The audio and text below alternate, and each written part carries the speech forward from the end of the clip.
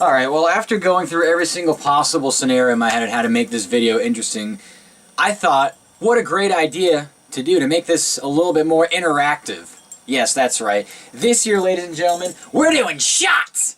Every time I say a bad fucking word, we're doing a shot of your favorite adult beverage. And if you're not 21 or don't have an adult beverage, just reach under the sink and find a bottle of Drano to join in. Warning, consuming chemicals designed for cleaning or other household needs are not intended for consumption and will lead to extreme illness and possibly death. Matt Nobry, the Nobry family, and any other extenuating entities are not responsible for those who ingest household or any other type of chemicals as a result of this video. Before we begin, let's see how well I did last year. That's it! Blackhawks win! Ah! Corner, it's finessed by Keith around for a feed in front. Score! Way by Rask. Help to the back. Oduya shot deflected. Scramble! They score! Pretty fucking well. Pretty fucking well. Alright, well without further ado, let's start the count for naughty words now. And for the record, I'll be taking my shots after the video because I won't even be able to form a coherent thought after round 1. But hopefully you'll be able to. Anyways, enjoy. Fuck. Welcome to Worcester.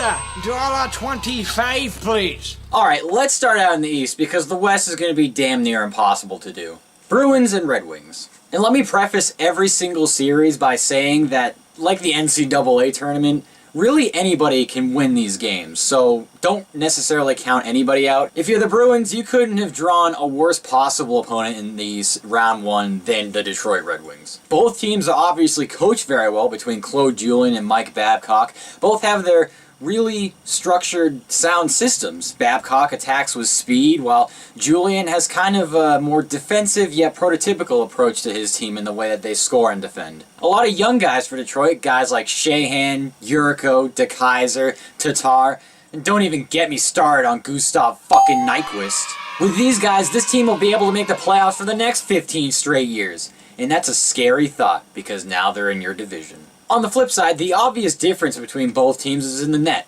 Goaltender Jimmy Howard versus Tuukka Rask. It's not exactly a comparable matchup. Come playoff time, Jimmy Howard's a little bit better, I suppose, than the regular season. He still has a .918 save percentage and a goals against average of 2.5 to 3. But really what Tuukka Rask has done since the start of the Sochi tournament has just been nothing short of phenomenal. Also, I like with the Bruins their killer instinct. The third line between Soderberg, Eriksson, and Kelly, even though we're not quite sure if Kelly's going to make it to Game 1, is still one of the best third lines in all of the NHL. I like the way that their veteran and youth is kind of mixed in, but it's sort of the same thing you could say for Detroit. Between Datsuk and Cromwell, and even Johan Franzen, these are guys that have been through the playoff scenario before. But they've mixed in so much youth and it's worked for them so well that you just don't know what the hell is in the water in Detroit. The way in which I see the Detroit Red Wings winning this series against the Bruins is if netminder Jimmy Howard starts to rise to the occasion and pretty much turns into another Braden Holtby. This series is so screwed up, I don't even know how to call it. So Bruins win. Do you even have to ask why? Okay, so Montreal and Tampa Bay. Christ. Well, Montreal got better by adding Vanek, and the Lightning didn't really do much except trade their other really good scorer behind Steven Stamkos for Ryan Callahan. Yeah. Between what Vanek's been able to do with Max Pacioretty, it's almost been like a super line out there in Montreal. And I'm not really sure if the Lightning can hang with them. Rookies Tyler Johnson and Andre Palat have really shown that they can carry them through the regular season without Stamkos. But what about playoff time? It's kind of a different scenario and a completely different atmosphere. Who knows who ends up stepping up for them? Now, obviously, that would probably be the job of Steven Stamkos. But get this, Ben Bishop's probably not even going to play this first round at all. And what are they going to rely on, at least for the Tampa Bay Lightning, to play goalie for them? Anders Lindback? The guy who's had an up-and-down season and you really don't know what you're going to get from him from a night-in, night-out basis? And I'm not really sure about the defenses either. Montreal has Subich, Markov, Georges, Emelin, and while you could make a case for a guy like Hedman and Salo, Carl and Brewer, okay defensemen, really what was helping them out more was the play of Ben Bishop. If he doesn't go, they're screwed. The guy had a .223 goals against average and a .924 save percentage. I don't think you're going to get that from Lindback. Whatever. Since I'm just going to assume that Bishop isn't going to go, I guess Montreal's going to win the series. Woo fucking who. I'm not used to sitting up with masturbating. I'm just punching myself in the nuts. Okay, yeah, I know it's unfair, but do we really think Pittsburgh's going to have more problems getting out of round one against the Columbus Blue Jackets? I know what I said before about anything can happen in the Stanley Cup playoffs, and theoretically it wouldn't be that big of a surprise if Columbus knocked off Pittsburgh with how many problems they've had in past seasons, but do we really think that's going to happen again? I mean, Columbus is okay, but they don't really have the scoring to keep up with Pittsburgh, even if it does end up in a shootout. And I would say that Dan Bilesma is an idiot if he decided to stick with Marc-Andre Fleury through that entire experience, if that was the case. And last year, it took 6 games for them to put away the Islanders with a horrendous Marc-Andre Fleury, only for them to get stoned by you-know-who. Anyways, the Jacks have the goalie in Sergei Bobrovsky. He's better than anything Pittsburgh's going to roll out. So theoretically, if he could steal games and they could play somewhat decent defense in front of him, I guess it could be a series. But I just don't see the scoring there for Columbus, especially with Pittsburgh getting healthy. Letang, Martin, they're all coming back defensively at least. And Malkin, we're still kind of waiting on and seeing if he's going to make an appearance at least for Game 1. But if he comes back healthy, then there's really no telling what's going to happen for the Blue Jackets. Again, I'm not really convinced that Columbus can attack with deep lines and consistent scoring. I might have said that about the Islanders last year too when they took Pittsburgh to 6 games, but Columbus this year, what? They traded Marian Gaborik at the trade deadline, for fuck's sakes. They're clearly not trying to find more scoring through that. So with that being said, this is a series that Pittsburgh should win. But who knows, they may actually find a way to vomit all over themselves. So Pittsburgh wins. Pull down your pants and let him inside. Okay, so this series I expect an all-out war. Divisional rivals going at it in a physical series, pretty much like the old days with John Tortorella and Peter Laviolette, right? Wrong. We have different coaches now, of course. The Rangers went with the more skillful and scoring-oriented with brilliant power play knowledge in Alain Vigneault, and the Flyers kind of just took a henchman from the Peter Laviolette crew with Craig Berube and said, go for it. And both have actually worked out pretty well. However, if this really does turn into a dogfight, I just don't see how the Rangers can match step-for-step physicality with the Flyers. In fact, it would be a huge mistake if the Rangers started to play into the Flyers game if that's what's supposed to happen. Of course, you have Simmons and Hartnell, the tough guys on the Philadelphia Flyers up and down the roster. They're just built for toughness, and they're kind of built for a playoff team when they have to grind them out. Meanwhile, the Rangers got a little bit more skillful at the deadline by adding St. Louis, but also shipping out some grit with Ryan Callahan. Who knows how that really is going to work out come playoff time. On paper, the Rangers look really, really good, and the one obvious advantage comes within the net.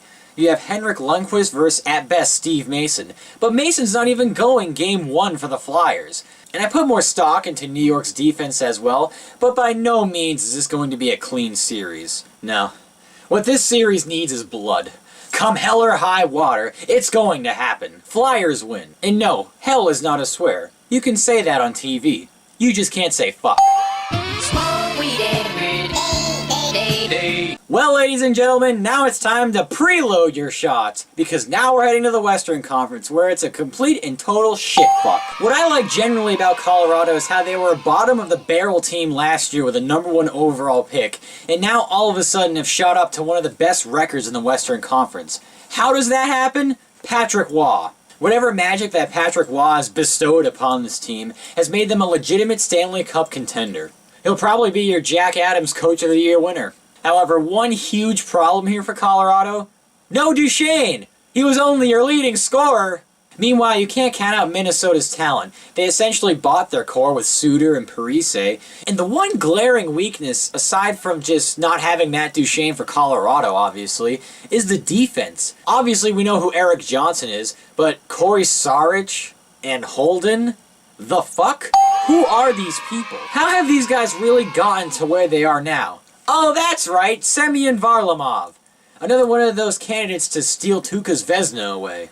However, even though Minnesota's defense checks in better than Colorado's, they not only ride Ryan Suter like a cheap $2 whore, but like an expensive $12 million a year whore. And we'll see how 30 minutes of ice time per game averages out in a 7-game series for him. And by the way, if Harding can't go for Minnesota, just have fun with Universe in net. The solar system is so humongous big, right?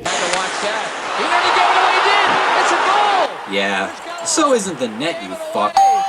Colorado advances even without Dusher.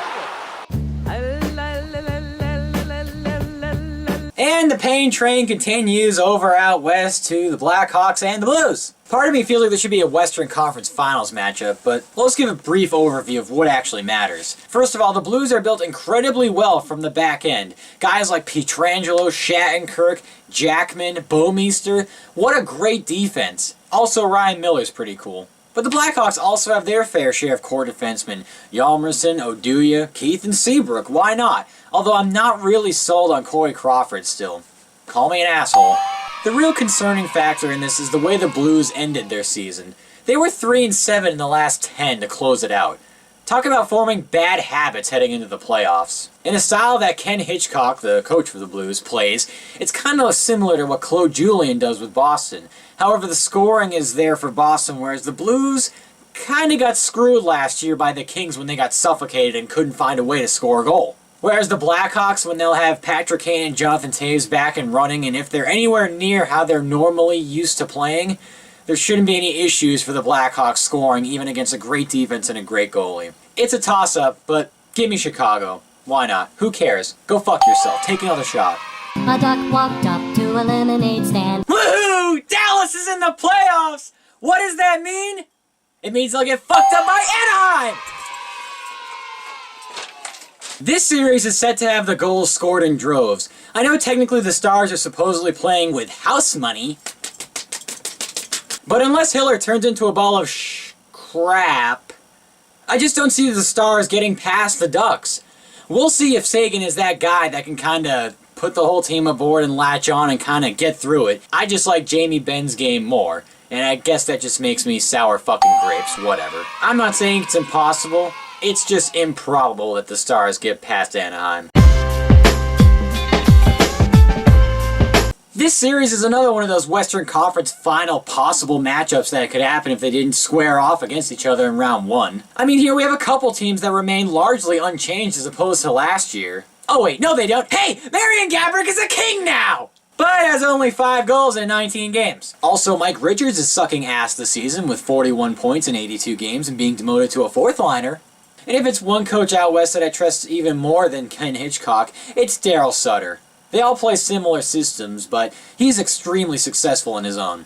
And obviously, Jonathan Quick has been a known thief and stealer of games. He's actually on the FBI's most wanted list right now. The Kings will only win if they can suffocate the Sharks. I don't trust Antti Niemi as much as I would trust a guy in Jonathan Quick, so yeah, Niemi can be beat. And the Sharks' defense is not necessarily up to par with LA's. However, if the Sharks can just throw a blanket over Marian Gaborik, then they have a pretty good shot at winning the series. You're all probably close to drunk at this point anyways, so I got the Sharks over the Kings!